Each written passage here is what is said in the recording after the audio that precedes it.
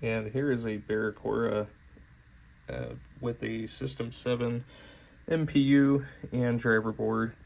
So MPU, we've replaced all 4 of the ROM sockets, installed NVRAM, replaced the CPU socket, replaced the crystal. We abated a tiny bit of alkaline, which I'll get that conformal coated, and replaced the power input filter capacitor, as well as all 0.156 headers here on the board, including both male and female 40-pin interconnect.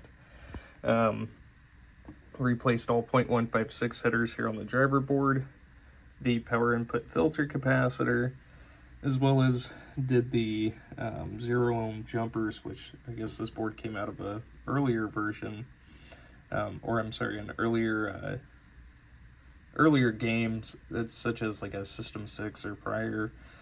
The 6821 that was installed here was an AMI, so I've went ahead and pulled that and then also socketed a new one. And since this game is going out on location, I went ahead and did the MOSFET mod here for the lamps.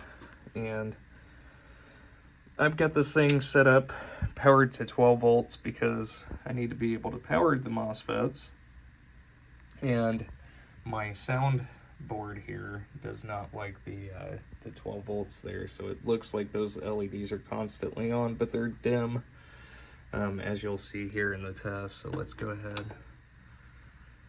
and first cycle through all of the displays here, and those are all working correctly, and then move into the sound test here, and all of those are working properly. And into the lamp test, and then over into the solenoid test here.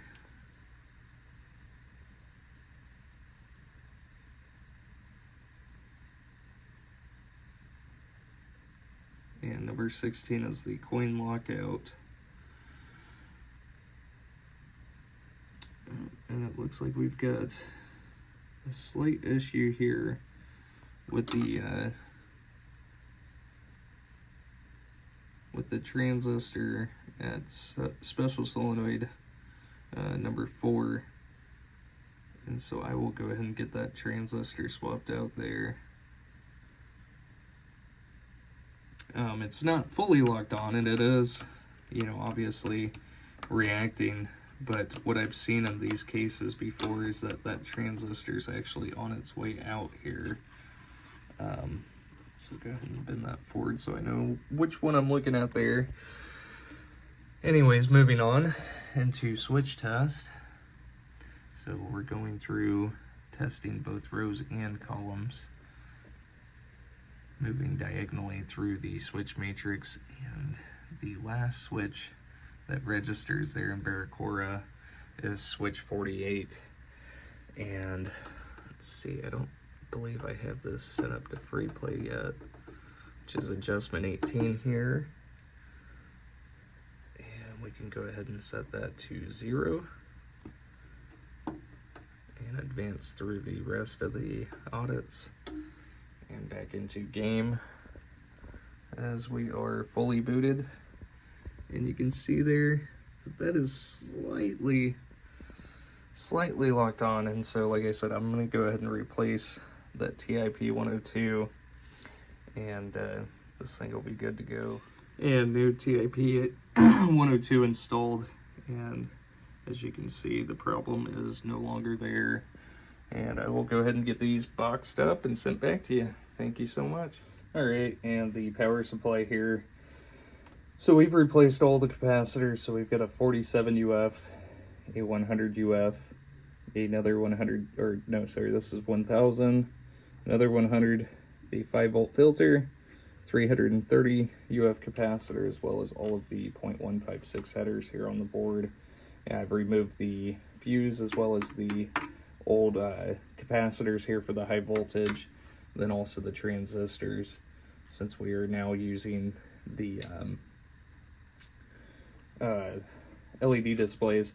And then I've also got the other end of the new GI connector connected here. So let's go ahead and test the voltages. We'll grab the 5 volts here from the displays. And also, I think that one's not connected. -12, +12, then 5 volts. We've also got another 12 volts, and then just a string of 5 volts. And last one here. So there we are. There's the power supply, and I will go ahead and get the soundboard connected here now. And so lastly, we've got the soundboard here. So went ahead and replaced all of the sockets, replaced the 6810, which was originally an AMI, and replaced all of the capacitors here on the board as well. So we are 100% good to go, and go ahead and test the sound inputs.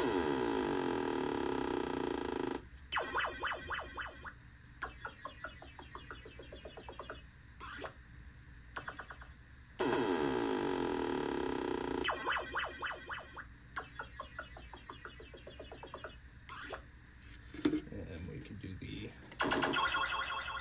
onboard test here as well.